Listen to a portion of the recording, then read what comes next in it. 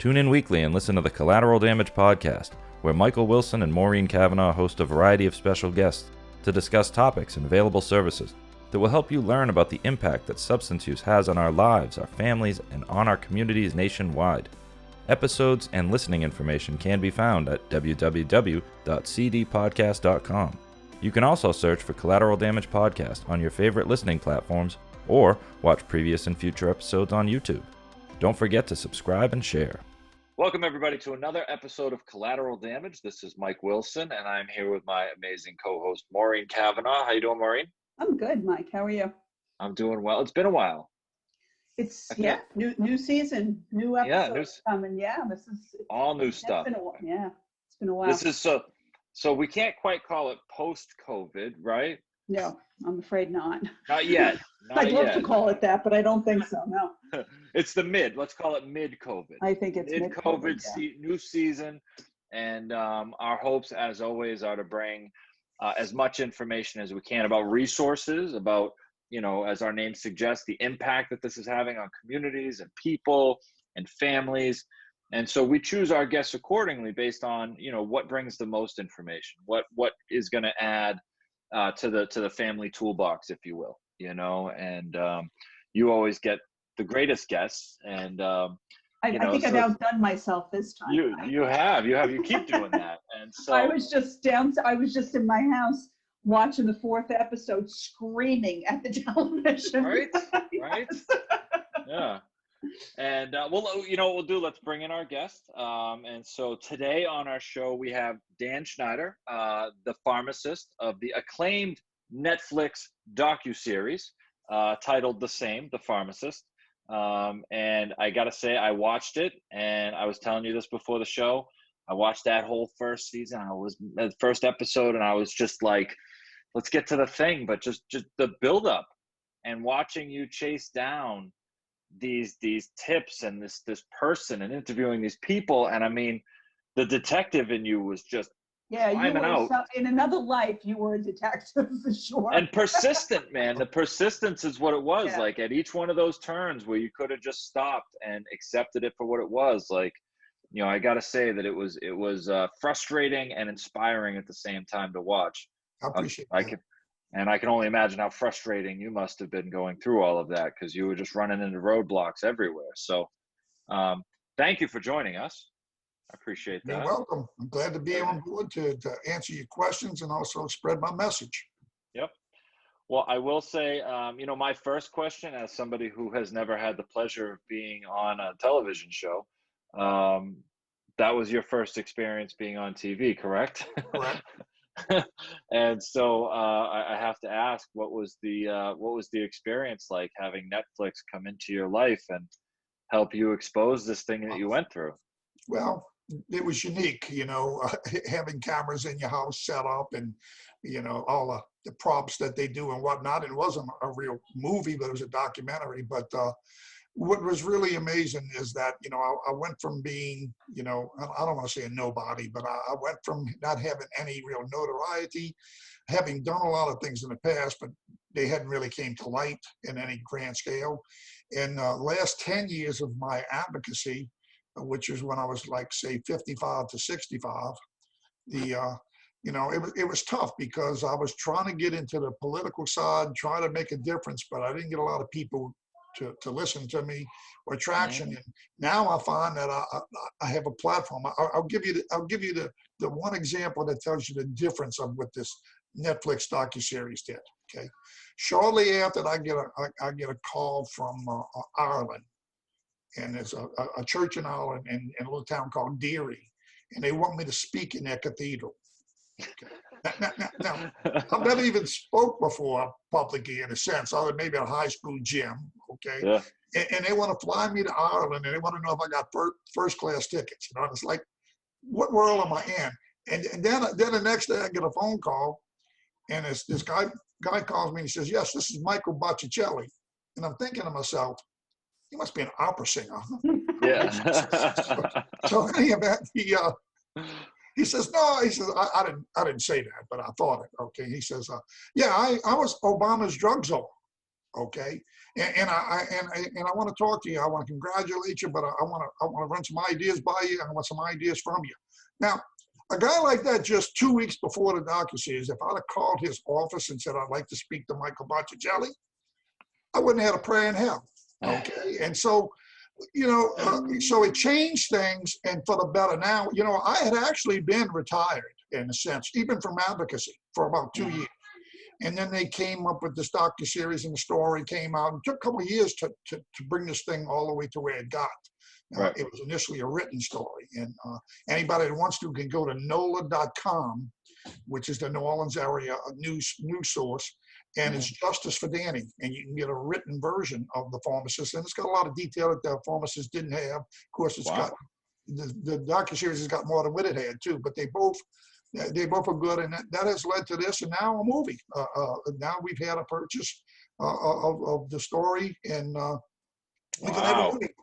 So the producer's the guy that produced Hacksaw Ridge. Okay, so I know my life has changed. People recognize me to some extent, but what's exciting for me about that is, okay, I think I got some great ideas. I always thought I did. Now, I hope it's just not ego or whatnot, or I'm kidding myself, okay? But I can never really get too many people to listen. But now they're listening now. And then the next question is to get it past listening to action. So. All right. And I think it's amazing. I mean, this is what happens is when things like this happen, you then have this platform where people start to listen. So I just want to say, to begin with, that I'm so sorry for the loss of your son. And I know that the amazing thing about what you're doing right now is you have this terrible loss and found ways to uncover what had happened to him and bring all that to light.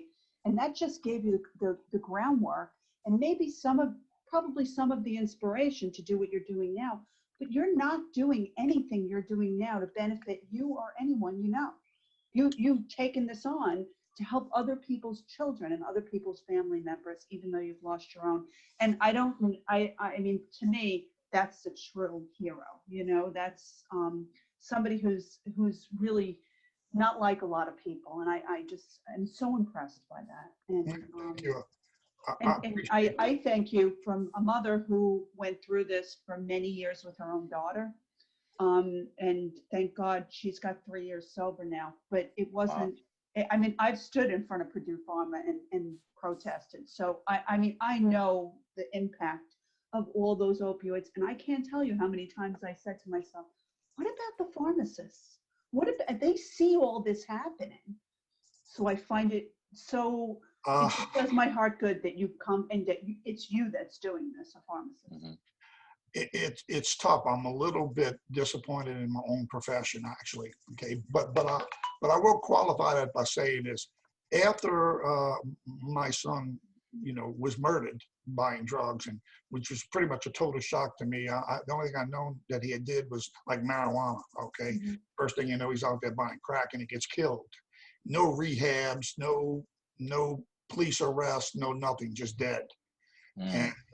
And I knew very little about drug abuse, and also I was one of the people that perpetrated, you might say, to some extent, the stigma. I kind of looked down at the people that came in. I called them drugstore addicts, and I thought less of them than what I would now. Okay, and this changes us. This changes us. Yeah, all of a sudden, your kid, you say, well, wait a second, I know this kid wasn't a bad kid, so then you start really studying addiction and the brain chemistry, and we didn't get that in pharmacy school, okay? But back to the pharmacist, most of us knew that this wasn't right, okay? All right, but it's the age-old thing that, it's somebody else's problem. Okay, the police ought to take care of that. The DEA ought to take care of it. The FBI ought to take care of it. And actually, I guess they're right. They should. Okay, but what do you do when they don't?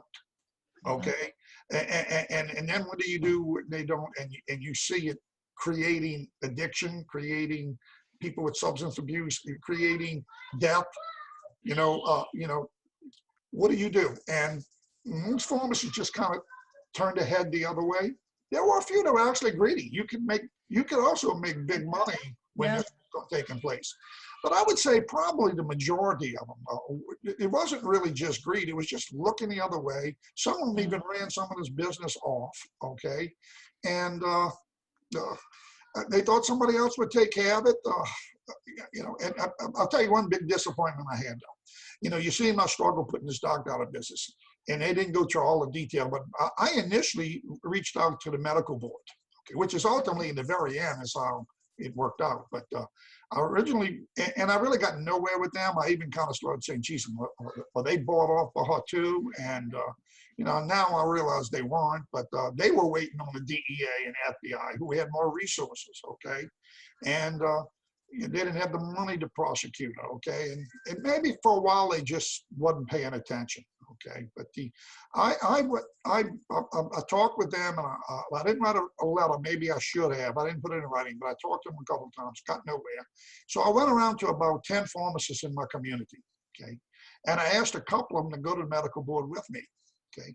And I really believe if I'd have got 3 or 4 pharmacists to go with me to the medical board and got a conference with them, I think the thing would have ended a lot sooner with a lot less grief, okay? But I couldn't get one pharmacist to go with me, okay? Really? Yeah. And again, that sounds really horrible, but most people would say, well, it was greed. No, it wasn't. It was just like, that's not my job, Do you think it was fear? Do you think it was fear? Because it was a little bit of fear. You can get, I had threats and yeah, there's a little, right. There's a little bit of fear, and you're all running off your own business basically, and they're gonna go see somebody else if they don't go to you, and so I don't know all the ifs, buts, and ands, but I know the difference with me was, the reason why I don't persecute them too badly is because if I wouldn't have lost my son, I might have been the same way. Mm-hmm. We have to get people to not be that way, and hopefully without losing a kid, okay? Hopefully we can get some people to step up to play, maybe not do what I did. My words are like, we definitely need a few people to do a lot, but we need a lot of people to do a little, okay? And most people won't do anything already, Those guys could have called the medical board probably, but they didn't even make the phone call, so. Right. Any event, I think it's changed. I think today, if I had a bad doctor, I could get some pharmacists to go up there with me, and not just because I'm the pharmacist now, okay? Mm-hmm. The stigma and the knowledge about the addiction, early on, we were all caught up in this BS. The medical community was telling us that this was the right thing to do. Purdue Pharma had bought off doctors and studies, and they were saying this is, and the FDA approved the literature that said it was less than 1% addictive. So you had almost the government also siding with this. So, hey, there's a lot of blame to go around, and I would have to say, in general, the pharmacist was at the bottom of the chain. We all got to do our part, and I'm motivating pharmacists in particular now in my movement, though, and say, look, we kind of let this slip through the gate. We call it the gatekeepers. And we kind of let this slip through the gate, okay? Let's not worry about whether we were right or wrong, but let's lead us out of this, and I'm getting some reaction to that. That's great. There's a lot of frontline people out there. There's. I picture myself having that same perspective that you had as a pharmacist prior to, and some of these other ones that perpetuating the stigma. I could see myself doing that because even in my own recovery, even in my own sobriety with, a decade of recovery, sometimes I have to catch myself, and I think somebody who has less experience than that, it would be so easy to just get caught up in they're just, they're junkies, or they're this or they're that. And the action that's needed, to really step in and do something requires that you don't see them that way. Exactly. And I think that even for good people, if you don't see them as someone struggling with an illness, it's really hard to want to overstep your boundaries, or it's really hard to want to step in and get messy with them and try to solve this problem. So I can see fear being a really big hurdle for people, fear of losing their business, fear of other pharmacies picking up the business that they're not willing to take because they're trying to stand up against something. It's like, if we don't all stand up on it together, then basically what we're saying is none of us are going to do it and you're going to get all the business. Well, in some cases too, doctors, there's a little bit of resentment. I mean, we get along with a lot of doctors, but doctors can kind of be aloof, okay? And it's like sometimes they don't want to listen to a pharmacist, okay? And they have a very strong medical board, okay? And, they go the extra yard. They give these doctors a lot of latitude before they come down on them. So we would have had to do a convincing case. I think we could have did it, but we would have had to go up there. We'd have had to go up there with some proof. It would have taken still a little work, okay? And so, but I wanted to bring up what you just brought up, okay? Stigma hit me in the face when all of a sudden I went to the police and was hoping that they would try to find my son's killer. And I, that's a different kind of stigma, but that stigma prevented them from really looking for his killer. Hey, Absolutely. Why put myself out there and take this risk and put all this effort for a junkie? So stigma hit me in the face. I started learning a lot of lessons right away, and that has definitely limited us getting out of this tragedy that we in. I call it the they did it to themselves syndrome. Okay, that's what a lot of people say. In fact, I even still get it on the internet or Facebook sometime, where I'm advocating for extra resources and extra money and such to do with the problem. And someone say, well, why should we do that? I mean, geez, all they got to do is stop doing it. Okay, who forced them to put the needle in their arm? Okay, who forced them? Did somebody throw the pills down their throat? Okay, all right. Until it's their child, and then everything changes. They just don't get it, the fact that it actually changes the brain. Okay, and that's another little thing that I'm thriving on right now. Okay, we have a different kind of addiction that's taking place now than happened in the past. Okay, no offense, but in the past, when we called these people junkies, okay, and that was wrong. Okay, but truthfully, most of the people in the past, and I'm talking about 20 years ago or 30 years ago, most of those people started doing drugs by choice, okay? And they actually did it for excitement or to get high, okay? And so the overwhelming majority of them made a bad choice, okay? And so that gives them a little piece of guilt in there, okay? However, let me tell you, I'm not putting those people down again now, okay? They made a choice for a while. They didn't choose to be an addict, okay? They didn't exactly understand what was going to happen to their brain, okay? So their brain became diseased, and now all of a sudden it's not a choice to keep doing this thing, okay? So, but that's one category. What we have now is over 50% of the people that are substance abuse people or addicts out there, okay? 50% of them got a prescription from the doctors the way they started. They didn't even choose to do this to get high. So when we're talking about they did it to themselves, well, who? Maybe some of them chose, okay, it's still and then look, the pharmaceutical industry was pushing it down their throats. Doctors was pushing it down their throat. Drug dealers out there marketed in vulnerable populations, stresses and whatnot, and they pick these things up. Purdue actually studied areas where they knew that the people were out of work, and maybe they did some physical work. They actually targeted those areas with that drug. Now they claimed this because they knew these people were in pain. Okay, well, total bullshit. Okay, I mean, they did it because they knew these people were vulnerable. Okay, they knew they would have a market there. Okay, that drug OxyContin was originally intended for cancer pain.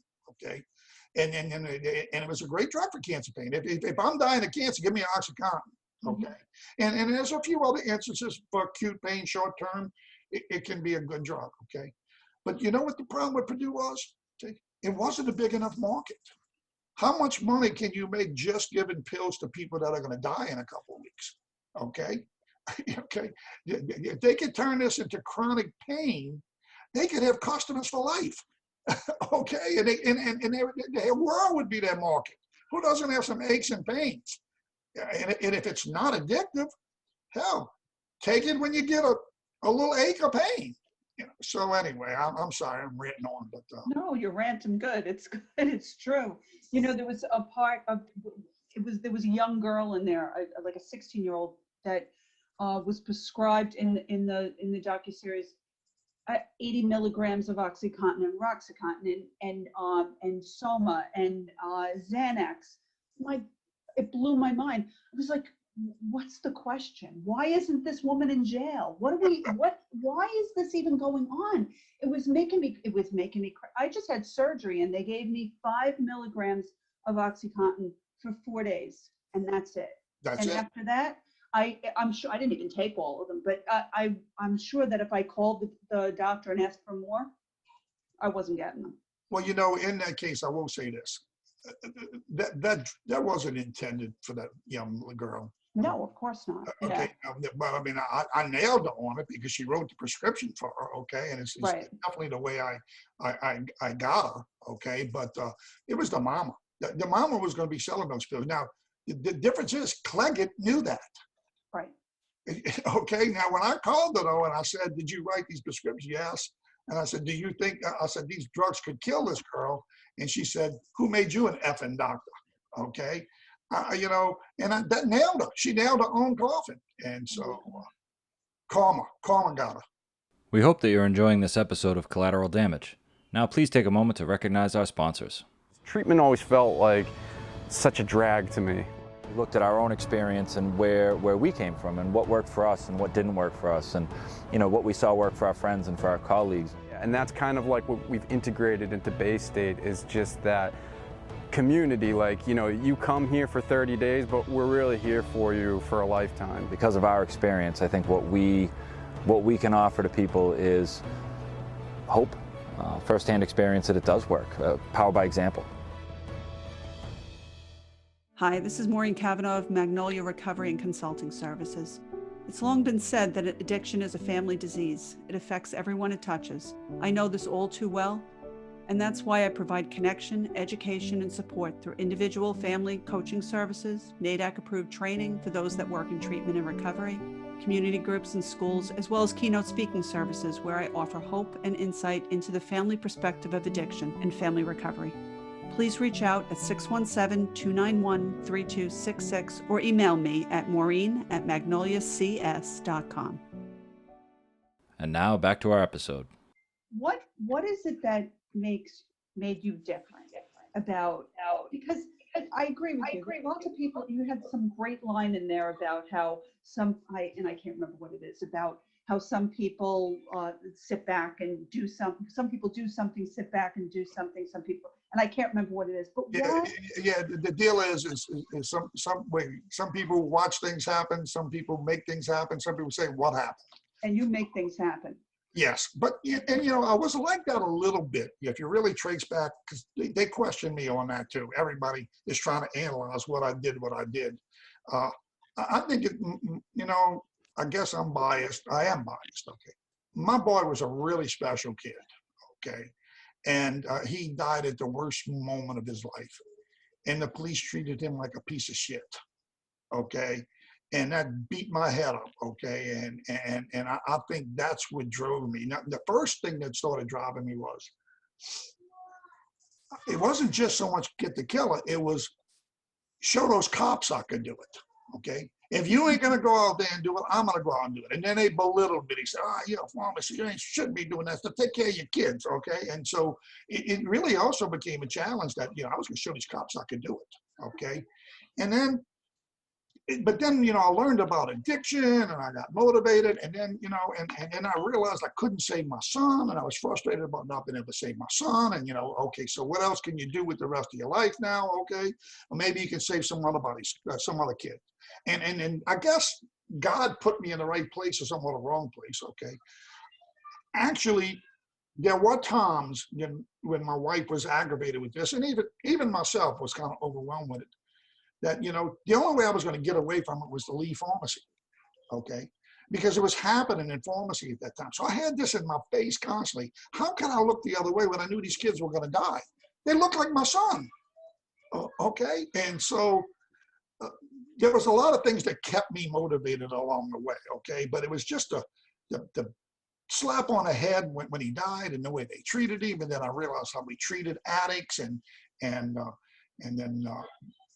just a I can't even define it myself, but I will say I had a trace of that.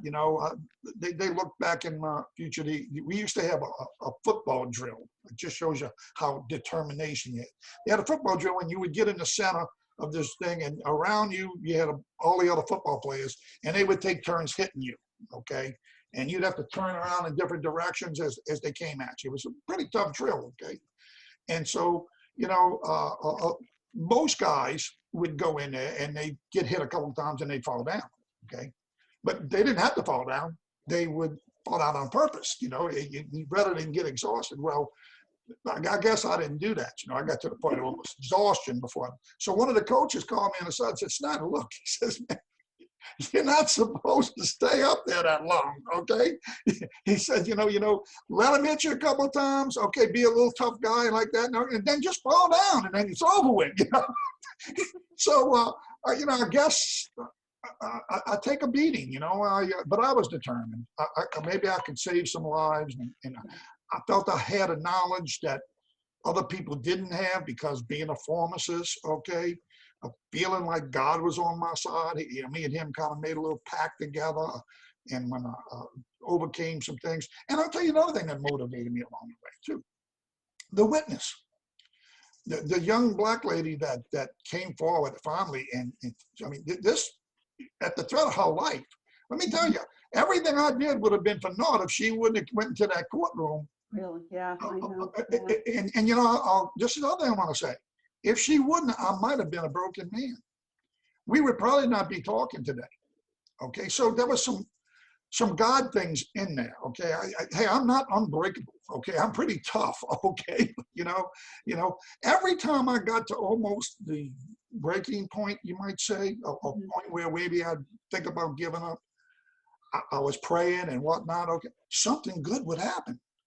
Okay, and I guess it was hard work that caused that to happen. Some people would call it luck. I'd call it maybe divine. Yeah, I think sometimes you can work really hard and things still don't happen. And so sometimes you got to leave it up to that. I believe that too. I know that when I went through all of that with my daughter, and I carry with me everywhere I go the mass cards and pictures of all my friends who have lost children. And I always look at them and I think this can't be for nothing. That's what keeps me going. And it's not even the people that it'll help. It's the people that are gone that I know their lives that has to mean something. They can't have ended at 17 or 22. Well, I learned another thing too. We went to Compassionate Friends, a grief group, shortly after my son died. And this was while we were still investigating the murder, but we was trying to get my daughter to go and my wife to go, and I went along, okay. And a lady that lost her son said something to me that at first struck me the wrong way, you might say. She said, she asked me, she said, how many times have you been in court with your son? And I said, never. Okay. And she said, well, how many rehabs has he had? None. Okay. How much money has he stolen from you? Nothing. Okay. And she said, you know what? You're lucky. And my son had just gotten killed. And I could not deal with that wholly. I wasn't impolite to her, but there's a little logic to what she said. Okay. There are so many parents. Now, you are another case that's somewhere in the middle here, okay? You're lucky too, okay? I mean, but look at the struggle you went through and the pain you went through, and then you, so to speak, won, okay? All right. But these people go through their kids stealing from them. They go to court. They spend a fortune. They cry. They get the kid steals from them. I mean, they go through all this crap, and then they die. The one gift that I had is I had none of that. Okay, yeah. And I do look at now. It's crazy. Okay, but I look at it as almost a gift. I have a lot of sympathy for what these parents are going through. Okay, and if we can save them, then hey, that's great. That's it. We got to try to save everyone we can. Okay, and hopefully we can get back into education and prevention and prevent some of this from happening and curtail the opiates that's getting out there and a lot of the things that are going on out there that lead these kids into this stuff. So now I know he must have been like he's bursting now to say something. Well, I just wanted to point out something. I mean, everybody that I know that's in this industry, if you will, the addiction industry, recovery industry, advocacy industry, whatever it is, everybody that I know is driven by some pain that they had to experience, right? I mean, yours is the loss of your son that drove you to do this. Maureen, it was the almost loss of your daughter. For me, it was the loss of the life I could have had. Everybody brings loss to this, and without that, I don't think that we would have as many amazing advocates as we do, because you have to be driven by something. You can't just jump into this industry and be a champion in the face of all the adversity that you're going to face, because being a champion in this industry means that people are going to tell you should give up and quit. You're going to be on the front lines helping people that don't even really want your help. There's all this stuff that, if you're just a logical, reasonable person in this for a job, you're going to be like, this is crazy. I can't do this. You know what I mean? They don't even want my help. Why am I even trying? Like, you're going to run into all these things. And, to Dan's point, sitting in that circle with people hitting you from all angles, you got to be the person that doesn't just lay down. Yeah. You can't have that without a passion. You can't have that without a loss. And, just to take this a step further is, Maureen, you and I had a guest on a while ago, the Soup Man. Mm-hmm. And he lost his son, and he turned his son's memory into the reason why he does what he does. And what he does is thankless work, just running around giving people clothes and soup and feeding the homeless, and he's out there fighting a good fight. And that and this story, these are the ones that just remind me that it takes that loss, to get the right people in the right place with the right platform and the right determination to change things like policy, right? You told us before the show about the Pharmacist People's Lobby, Right. A project that you're trying to get off the ground. Can you tell us a little more about that? Yeah, thank you for that. It's interesting. We've been talking about, and I already did say we need a few people to do a lot, but a lot of people to do a little. And what I'm trying to do now is I happen to notice that all the advocacy groups out there have good intentions, and they're struggling day to day to get resources usually, okay? And they're doing the best they can. And you're right, half the time they don't get the appreciation. A lot of these people relapse constantly. You wonder if you're spinning your wheels, okay? But those people, they don't have a voice that much. And I don't know whose fault it is, whether it's their fault, but nobody has been able to collect that energy from everybody and get it to the politicians. Because the only way change happens, I wish it wasn't this way, okay? The politics change things. The NRA, I use that as an example, they got 5 million members, and some people are pro NRA and in the whole world, some people are against NRA. And that doesn't make a difference to me. The difference is they have real political influence, okay? Oh, yeah. Where are our 1 million people? Why, now, and I'll tell you why. Now, I looked at this. We have about maybe 100,000, 150,000 advocates out there. Of course, it's hard to even get all the advocates together to actually form a lobby where you all get together and send emails to some politician, or you kind of have a little threat that maybe you could affect the election, okay? And you can kind of make some things happen, okay? But that's still only 150,000 of kind of crazy people, because we're crazy people, okay? Yeah. Okay. We need the people that just want to do a little. Okay, they don't have to be crazy like this. I'm creating this lobby, and it's basically, I'm not pushing for donations. You can donate, but I'm not pushing for donations. I'm not pushing for you to do anything. Most advocacy groups want volunteers. I'm going to get a few volunteers, okay? But I just want them to sign up, put their name down, and I want them to listen to what's happening.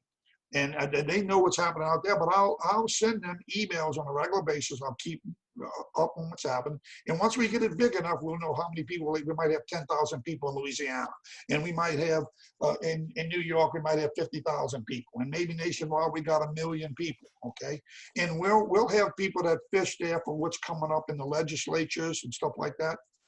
And we'll pull all these voices together, and all these people that don't want to be too active. I think we can get at least half of them. Hopefully we get that 1 million and sign on at least, okay, that they care, okay?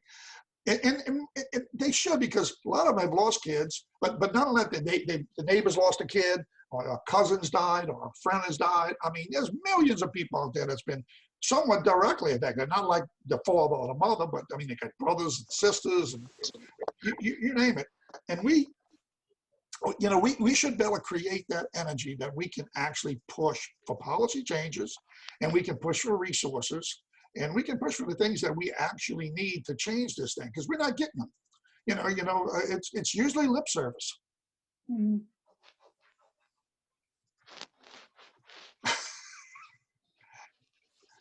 We lost you again. Got it now? You got it now. So for all the conversations that are had politically, I get a little uncomfortable when I hear that, because I know that the human response to what's happening is very different than what the political response to what's happening would be. The human response is, how do we help people get well?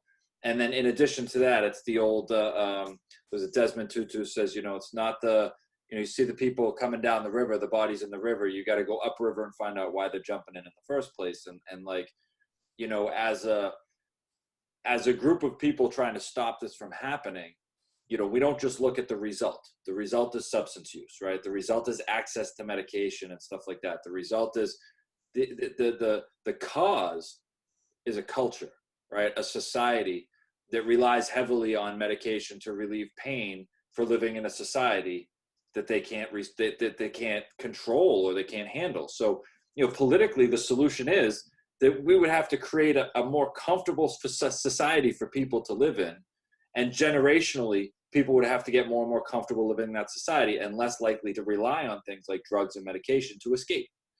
That sounds like so crazy and so wild that it's impossible to do, and it would require incremental change, and it would probably require sequential governments, like a few generations of presidents to like really institute any real change. Yeah, unfortunately, it probably will take a while, and I agree with you on that. Now, I haven't spoken that much about it, but what we think, and I say we, I'm already thinking of, I got 1 million people that are following me.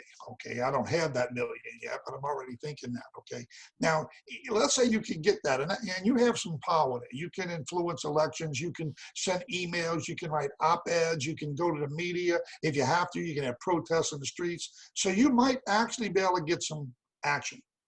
Well, what is that action? Okay, all right. Now, honestly, I don't exactly have all the answers, okay? But we are leaning in certain directions, okay? One, we have to treat this, we have to, I don't know if you can call it decriminalization, but we got to lessen the criminal element of this thing, okay? We got to stop making users criminals, okay? And we have to start treating. And we got to shift, we're spending most of our money now on enforcement, incarceration in courts, okay? And we only spend it, I think it's like 80 or 90%. And we only spend 10 or 20% on education and prevention and recovery, and maybe teaching ethics in the schools, or whatever we have to do, okay? We got to flip that, okay? Right. We got to flip it to where we spending less money on enforcement and criminalization, and ultimately that's going to be some version of decriminalization. Okay, Portugal. I don't know if you guys heard about Portugal. Okay, but and Portugal's not perfect, and they got some naysayers on Portugal. But I know there's in 1999, when my son was murdered, Portugal had 400 overdose deaths, and that was like a record high for them. Okay, and at that time, Michigan in our country, which is about the same size as Portugal. Portugal is a fairly small country. Okay, Michigan had 1,000, so Portugal had 400, Michigan had 1,000. Well, where are we today? Okay. Well, today, Portugal's got 40 overdose deaths. They reduced theirs by 90%. Okay. Michigan's now got 2,700 overdose deaths, an increase of 300%. Okay. Well, what did they do? Okay. In 1999, they started a transition of trying to make drug users, okay, lessen the stigma, okay, don't put them in jail. Do everything we can do to avoid jail. Now the dealers go to jail. People that commit criminal acts go to jail. And if they're carrying too much drugs with them, but if they get stopped with heroin and it's only, I think, a 5 or 10 day supply, they don't go to jail. Now they have a program, okay? They bring these people in. I guess they get some sort of citation or something, okay? And there's maybe a little fine involved, okay? But if they'll go to a dissuasion court, and a dissuasion court is they get dissuaded from what they're doing. They get kind of coached, okay? And they get tested and evaluated and all this kind of stuff. They do that, they exempt the fines, okay? They do some other crazy things. In some instances, they have safe sites, okay? Now, they got some limits on that. I don't exactly know what they are. We're going to be going to Portugal. Me and a bunch of people are going to be going to Portugal probably within, if COVID lets up, maybe within, say, 6 months. This weekend, I'm going to Dayton, Ohio. Dayton, Ohio is doing something there that is close to what Portugal is doing, or at least they're going in that direction. So we're going to also study that. And it's a matter of getting the community together and treating these people with counseling and peer groups. When a kid overdoses and dies, you have peer people that go into that hospital, okay? And they don't just let them walk out, okay? And so it's going to take that type of thing, but the problem is everybody's going to say, my God, decriminalization. We've been fighting the war on drugs for a long time now, so that's a big move. That's a paradigm shift, okay? And the only way you're going to get that kind of shift is you got to have a lot of people that's going to do that. So not only do we have to get these million people, but along the way we got to educate them that maybe that's the direction we got to go in. Now, maybe not all at once. Maybe we transition some kind of way, and I call it an Americanized version of what Portugal's doing, okay? And so let me tell you, the whole reason that I'm so into this, building this organization, I'll tell you a little story. Back about, say, 10 years ago, I was actually trying to do something, and I was trying to build a little bit of an organization together, and I was talking to certain politicians, and I went and talked to a state senator, and at that time I was talking about, well, let's tax these opiate producers and these wholesalers that push these opiates. Let's tax these things, okay? And let's take that money and let's put billboards up about addiction, and let's have some treatment, pay for some treatment and some recovery and whatnot. And it was kind of like a step in that direction. Well, I got lip service from the particular state senator that I was talking to. He said, yeah, I think that's a good idea. I'm going to work on that. Well, a couple of months went by, and like everything else, nothing was happening. And I'm not very patient, okay? So finally I call up, and originally I talked to the senator. Now he's pointing me off to the first assistant. So I go talk to the first assistant, and I start talking to him, and he starts saying, well, Dan, these things take time.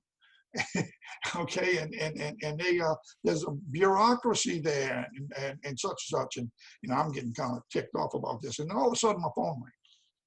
And I don't hear too well lots of times, so I usually leave my phone on speaker to make sure I can hear it. Even I don't care if anybody else hears it usually.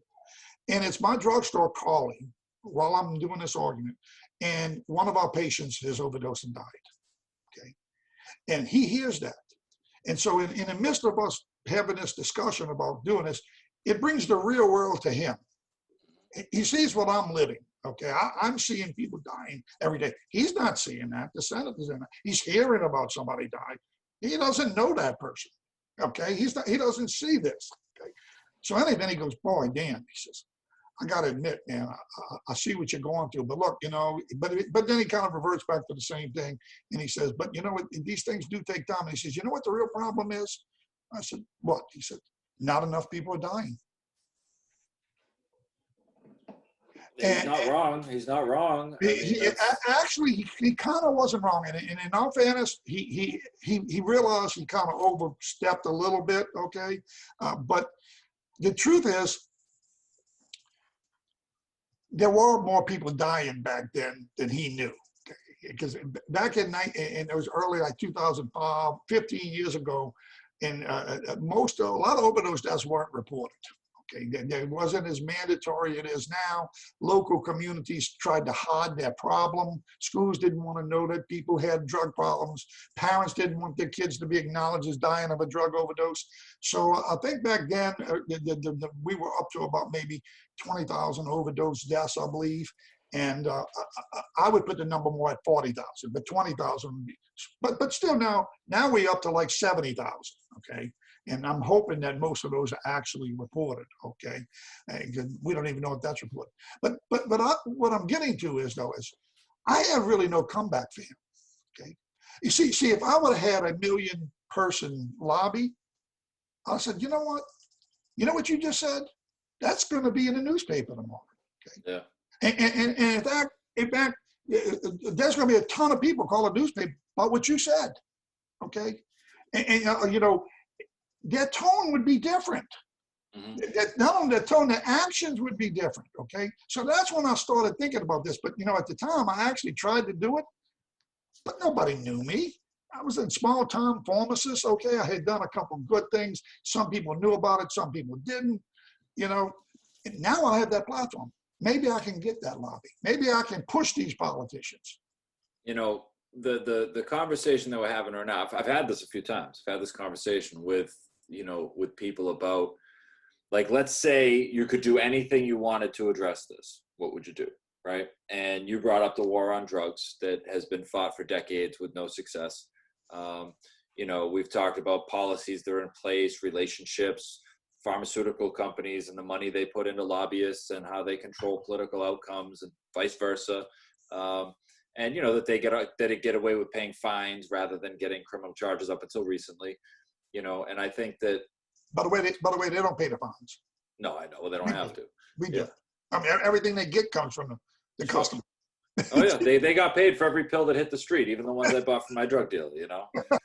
But the if you look at the solution here requires that you upset a system that's been in place for so long that you'd actually be like displacing people, right? Employment wise, like if I was to say the war on drugs is a failure, you're going to knock out a $50 billion budget for what, the DEA? You're going to have how many unemployed agents that are no longer fighting a losing war? And now we're putting all of our finances toward actually getting people well. And now you got a public health emergency. Well, yeah, you'd be employing new people and funding existing programs, but you'd be eliminating a lot of the criminalization. Now you're getting into the privatized prison industry. Now you're taking food out of people's mouths who already have huge lobbies. So like, you know, the idea of solving this. Hey, this is a mountain. Hey, look, this is a challenge. You know, hey, the things I did, you know, the battles I won were small battles. Okay, I'm encouraged being on the battlefield with a guy like you because I watched the way you fought a battle. You know what I mean? So like, if we're in the same fight and we're in the same battleground, I'm with you, man. It's a mountain that we're climbing, okay? And maybe I don't want to think that we can't do it, okay? All right, but we're going to give it one hell of a try, okay? We're not going to fall down too easy, okay? Our kids are dying right now. I don't speak in terms of death. I speak in terms of funerals. Because when you picture a funeral, you look at a coffin and the kid's laying in there, okay? And his mom and his dad and his girlfriend, and his brothers and his sisters all crying around a coffin. And then there's the progression to the cemetery and putting him in the grave and mama crying, jumping in the grave with him, okay? I mean, you know, that's what we're fighting for. We shouldn't be having in our country today 200 funerals a day, daily. No vaccines coming. Okay, and in fact, on COVID, they think it's now up to 250 a day. Okay, and so you know, we got to change something. We got to give it a try. Okay, and so I think we might be able to convince the public. It's going to be a transition now. You're not going to wipe out the DA tomorrow. You're not going to flip a switch. Okay, but maybe we can do a gradual progression to that. You know, and we're going to have to. We just got to. We are spending money in the wrong way. Okay? I mean, the money is being spent. It's just, you know, you're paying tons of DEA agents, okay? You know, you're not treating the disease, right. Okay? You know, so, and then you're really not spending a lot of money in education in the schools to maybe prevent these people from ever getting there.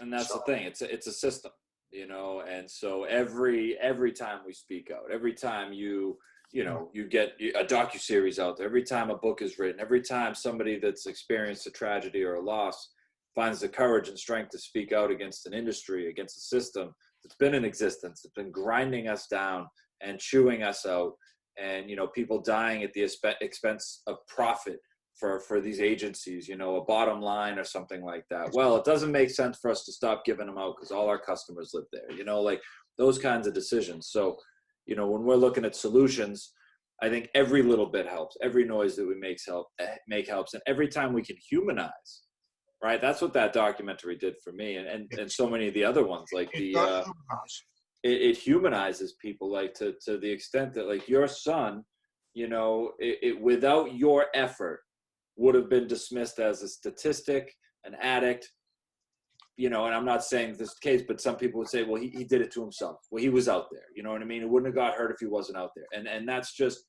that takes the human element out of it. There was a person that there was a life lost and that there was no justice until you sought it out. And, you know, the same with the pill mill, right? If nobody spoke up, there was profit. There were police officers being paid. There were people who didn't really want to investigate.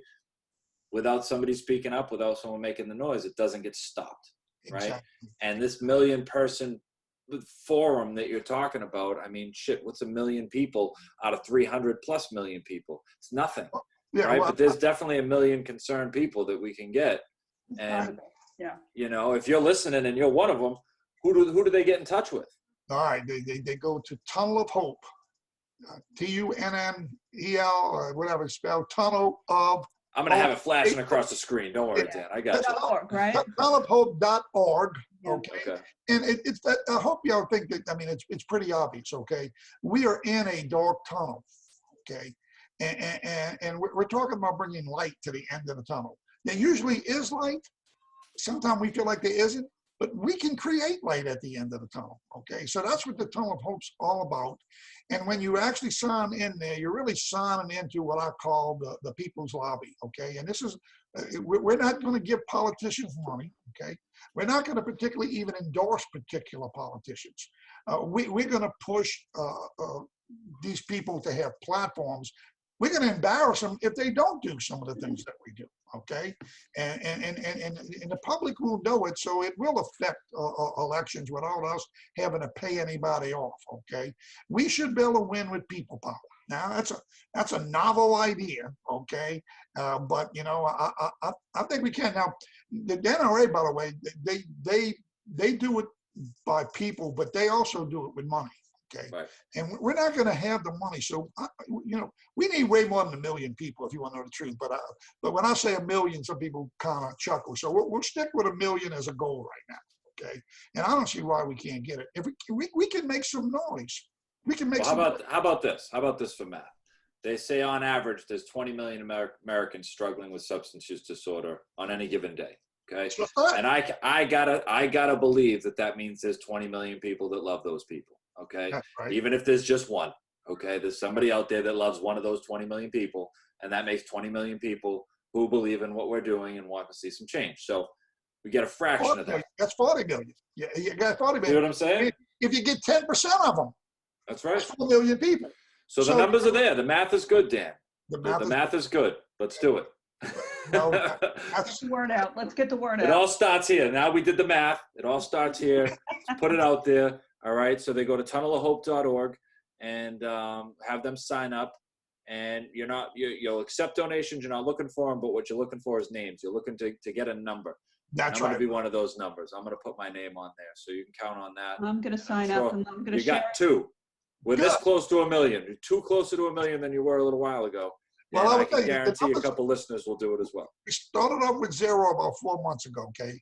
I have about 8,000 followers, and this is a little disappointing though. I have 8,000 followers, but of the 8,000 followers, the people that have actually signed in is only a little bit over 2,000. Okay. So I haven't even got them to transition. Now, I really think those people that are followers, they think they're in it. Okay. And there's a communication going to them. Okay. Because I have actually sampled it and called them, I'm not in it, so we're working on it, but the numbers are accelerating. And let me tell you, the other thing is, if COVID wouldn't have came up and you got to deal with what you deal with, okay, I was going to give you speeches all around the doggone country. I was going to give commencement speeches at 3 major pharmacy schools. I'd have had a chance to promote this. Now, we're doing as best we can through virtual, okay? But I want to get out there, and we're starting to get out there. We'll be in Dayton this week. We were in Richmond the week before. We were in a little town called Shamokin, Pennsylvania. I'm working together, by the way, with Miss America. Okay, that's a unique story. Do y'all know about that? I did not know about that. Okay, well, look at this. If you don't think there's some divine intervention in this, okay, think about this, okay. I'm unknown, and all of a sudden, February, my documentary comes out, and now people know me, okay. Yeah. Well, we've never had a Miss America before that was a pharmacist, okay. We do now. That's great. She's a pharmacy student. The same year that the pharmacists come up, and her platform is mind your meds, and what can we do to reduce the deaths, overdose deaths? She's a Narcan trainer. I love it. She's beauty and brains, okay? Yeah. She won Miss America. You know what her talent was? She performed a chemical experiment on the stage. She cannot sing, she cannot dance. If you get off on this, thank God.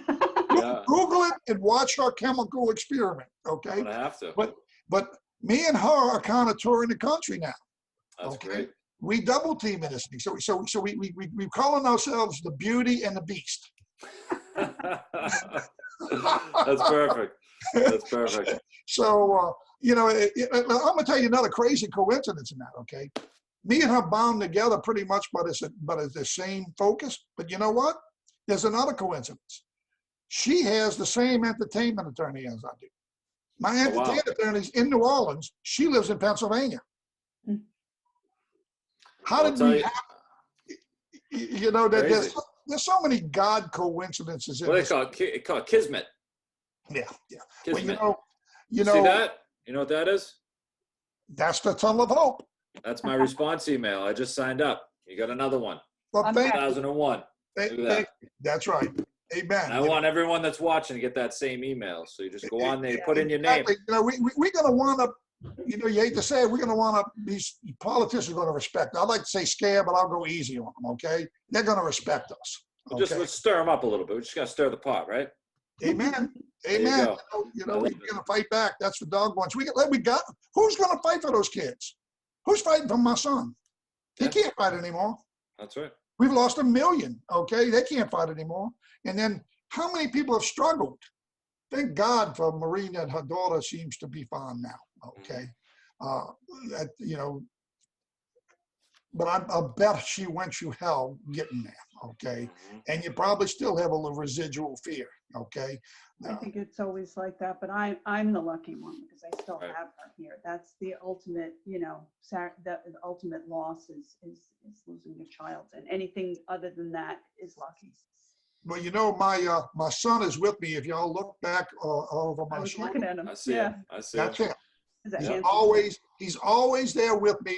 And I will tell you this, that just a couple of days before he died, I had seen a couple things he did. There was a little bit of a hint that maybe something was going on. I couldn't figure out what it was.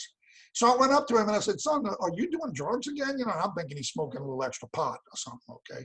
He says, no, Dad, I'm not. And I said, you're not going to have your drug tested. He said, well, go ahead. Okay, I'm okay. And so, of course, he was lying, okay? Yeah. He was doing drugs, okay? But what he told me was, he says, Dad, I'm depressed, okay? And I said, man, you're not suicidal. And I got a gift. He said, Dad, no, I got a great mom and dad. I got a great life, okay? I'm just disappointed in myself. I expect more of myself. My grades aren't going good. Now he's struggling with addiction and he's not admitting that, but he's admitting depression. Well, I eased up on him a little bit. I said, look, son, you know, instead of trying to be an architect, why don't you try to be a designer, what they call it? I mean, I can't remember the name, but they just draftsmen. Okay. And I said, you know, me and Mom would be proud no matter, you know, what you do. You could be a beer truck driver or whatnot. We took a lot of pressure off of him, and I gave him some ideas of what he could do to set his life straight. Well, he came to me about a day or two later and he says, Dad, you know, you're right. He says, I'm going to do this. And we really saw, it's sad because we saw a change in him, okay? And unfortunately, he couldn't resist going out that night and a bad thing happened. But about 2 days before he died, he said, Dad, you know, I've decided I'm going to go ahead and be a draftsman. Later on, if I can become an architect, I will, okay? He says, but Dad, there's 2 other things I'd like to do. He says, I love to write, okay? And he's written poems, okay? I'll send you a couple of his poems, okay? And I love to write. He said, I'm gonna do that part-time, and you know, if it turns into something, fine, but I'm not expecting it to. He says, the other thing I'd like to do is I'd like to talk to kids about not doing drugs. And, you know, at the time, I said, this kid finally gets it. You know, now I know it was his cry out that he had realized he had gotten himself trapped. And unfortunately, he didn't want to tell me. Of course, there would have been some repercussions, but I don't think he wanted to disappoint me. Okay, because I had warned him about, you know, okay, you're smoking pot, okay, you shouldn't be smoking pot. You're too young to smoke pot. Probably should never smoke it, okay. But you know, it leads to other things, okay. Oh yeah, now that ain't gonna happen to me, you know. Well, it did. Okay, and I'm not saying it happens to everybody, okay, but it did, and he realized he was trapped. I'll tell you another thing he did. He did everything he could do to avoid going out that night. I told him about Benadryl. Okay, I said, son, look, if you're having trouble sleeping, drink a beer and take a Benadryl. Okay. Well, that night before he went out, he asked his sister, where's the Benadryl? And she kind of wouldn't bother with him too much. Okay. And so he went wrestling in our cabinet where we keep the meds. And apparently he didn't find the Benadryl. Well, after he died, my daughter told me about that, and I went to that cabinet. And the reason why he didn't get the Benadryl is because it was the generic name. He didn't understand the generic name. The Benadryl was there. Okay. Another thing he did, a couple of days before he passed, or about a week before he passed, he had talked to some of his friends. These other friends were drug users, but they really weren't doing crack. Okay. And he knew it was more dangerous. Okay. And he told them, I'm having cravings. I'm having trouble not doing this. And they said, well, look, man, call us up and we'll go out and have a beer. We'll play pool. We'll do something. We'll get it off our mind. Well, my son left the house that night at 10:30. Okay. 5 minutes after he left, the phone call. It was his friend calling him to go have a beer with him. Okay. So, you know, this kid was really trying. So you asked why, what motivates me?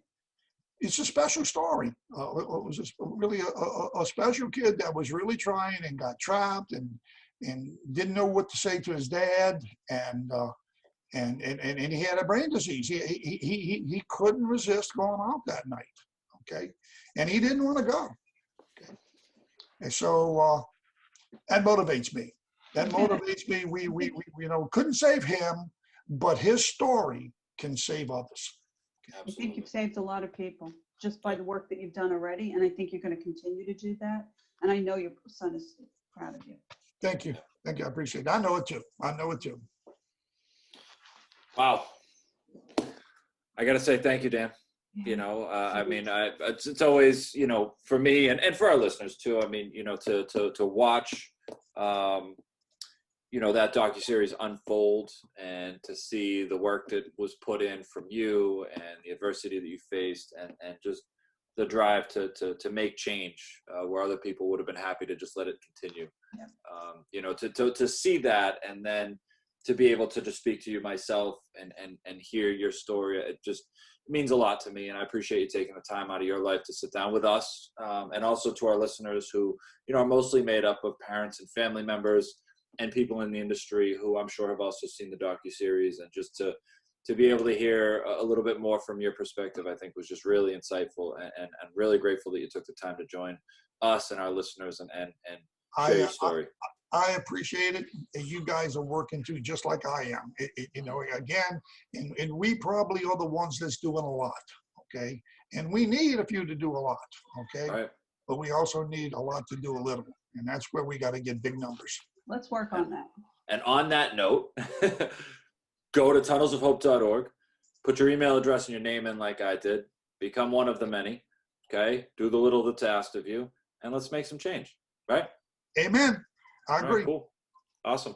Well, thank you for joining us. This has been another great episode of Collateral Damage. Thank you to our special guest, the pharmacist, Dan Schneider. And please check the show notes for links to things that you maybe haven't seen, or if you're listening to this, check out the YouTube video so that you can see some of the things that we'll have up on the screen during the show as well. So again, thank you, Dan. And as always, Maureen, it's been wonderful. Same here, Maureen. Same here, Mike. You know, Yep. Thanks again. I'll send you out to my Facebook. I got a public page and I have a supporters page. And then, of course, I have just a regular page. Okay. So I'll send that to you also. Good. Sounds Excellent. good. Thank you, Dan. All right, Dan. Have a good one. Y'all have a good night. All right. Bye. Bye.